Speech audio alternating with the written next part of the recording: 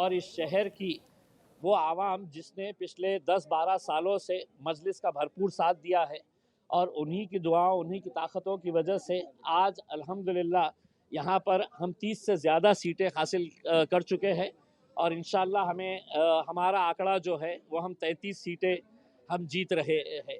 यानी कि भारतीय जनता पार्टी के बाद अगर कोई दूसरा पक्ष यहाँ पर सबसे मजबूत साबित हुआ है तो वह मजलिस इत्तेहादुल मुस्लिमीन साबित हुआ है और हमें खुशी है। हम आवाम का तहे दिल से सर झुकाकर उनका शुक्रिया अदा करते हैं कि वो लोगों ने एक मरतबा फिर मजलिस के ऊपर भरोसा जताया और ऐसे ऐसे आम लोगों को जो हमने टिकट दिया या ठिकाणी आहेत, सगळ्यांच्या वतीने मी आपले मनापासून या ठिकाणी सर्व मतदारांचे आभार व्यक्त करतो। उत्तर महाराष्ट्रात एक मुंबईमध्ये सुद्धा भाजपला मोठे यश मिळालेलं आहे। 29 महापालिका होते, 29 ठिकाणी विरोधक 19 विजय होतील, आता आपण पुन्हा मला वाटतं मी म्हणणारे जे बोलबच्चन होते ते सगळे आता हरवलेले आहेत।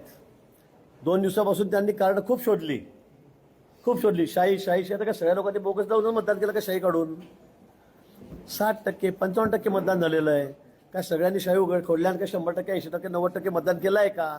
पण आपण हारणार आहोत याची जाणीव होती आणि म्हणून हे सगळे महाभाग कधी मतपत्रिका त्याच्यावर मतदान घ्या, कधी नावं बोगसवर त्यांनी खूप कवर माजवला, आता शाहीवर मध्ये मशीनवर ते दुसरं मशीन का लावलं पाडू मला वाटतं काही गरज नाही। मला वाटतं यांनी जेवढी बडबड ही अशी रिकामी आपल्या समोर येऊन केली तेवढे भाष्ट जर बाहेर जाऊन केले असते, ते फिरले असते महाराष्ट्रात तर थोड्याफार 10-20 जागा त्याच्या जास्त आल्या असत्या मला असं वाटतं।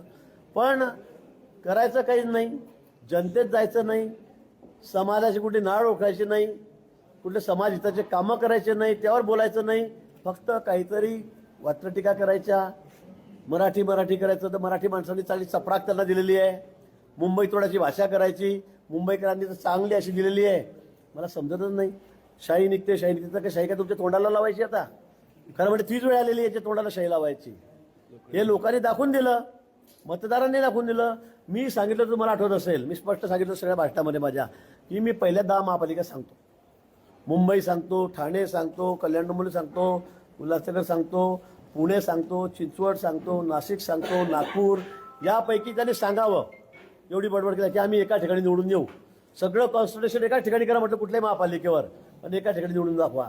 आज काय दानाफाम त्यांची झालेली आहे, तिथे नाही तर महाराष्ट्रात मला वाटतं ते कुठेच नाही। मी तर 10 सांगितल्या होत्या पण 29 महापालिकेपैकी हे दोघी बंधू आम्ही एकत्र लोकांना यांचा वीट आला, यांच्या बडबडीचा लोकांना वीट आला अक्षरशः, आणि म्हणून लोकांनी आता त्यांना त्यांची जागा दाखवलेली आहे। म्हणजे नुसते घरकोंबड्यासारखे घरात बसून राहायचं आणि तुमच्या समोर मीडियासमोर बडबड करायची, पण लोकांमध्ये जायचं नाही, जनहिताची कामं करायची नाही, सामाजिक बांधिलकी कुठे ठेवायची नाही, बस आमचा काय ब्रँड आमचा, बस हाच बँड घेऊन ते वाजत बसले।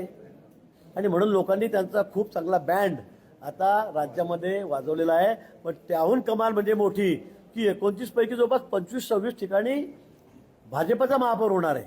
मला वाटतं हा देशातला विक्रम असेल, कदाचित देशातला विक्रम असेल। देवेंद्रजींच्या नेतृत्वाखाली, रवींद्रजींच्या नेतृत्वाखाली, मोदींचे आशीर्वाद आहेत, अमित भाई आहेत, मला वाटतं यांच्या नेतृत्वावर लोकांनी विश्वास ठेवलेला आहे। देवेंद्रजींनी रात्रंदिवस सगळा महाराष्ट्र पिंजून टाकला, एकही महापालिकेशी ठेवली नाही की त्या ठिकाणी जाऊन त्यांनी भाषण केलं नाही, आपले विचार व्यक्त केले नाही। या दोघांनी काय केलं, पवार साहेबांनी काय केलं, काँग्रेसचं काय कोण आहे ते समजतच नाही मला, काँग्रेसचा कोणी नेता आहे का या काँग्रेसला, काहीच नाही यांचं, आणि फक्त हे 2 लोकशाही मराठी ऐका, पहा, जागरूक रहा।